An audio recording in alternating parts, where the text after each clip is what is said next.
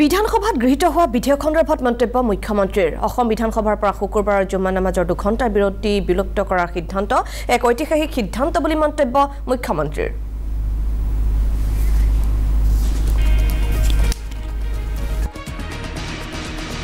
পিছৰ দিনত 1935 চনত ইণ্ডিয়ান এক্ট গ্ৰহণ কৰা হৈছিল আৰু যাৰ পৰিসৰৰ ভিত্তিত ৰাজ্যসমূহত বিধান পৰিষদসমূহ নিৰ্মাণ কৰা হৈছিল 1937 চনত অসমত বিধানসভা প্ৰথম আৰম্ভ হৈছিল ছাৰ সাদুল্লাহ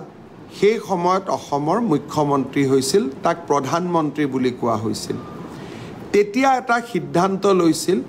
যে প্ৰতি শুকুৰবাৰে জুম্মা নামাজৰ বাবে 2 ঘণ্টা বিধানসভা ছুটি দিয়া হ'ব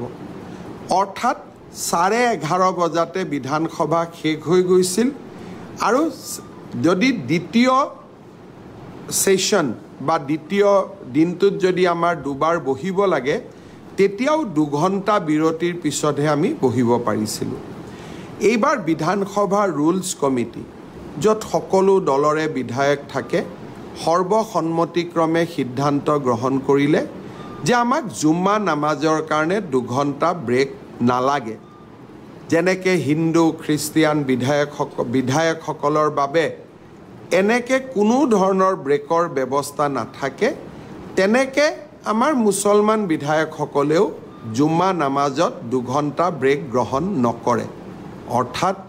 ব্ৰিটিছ ঔপনিৱেশিক শাসনৰ সময়ত আৰম্ভ হোৱা এটা ডাঙৰ কলনিয়েল লিগেসি এইবাৰ আমি বিধানসভাত সমাপ্ত কৰিবলৈ সক্ষম হ'লোঁ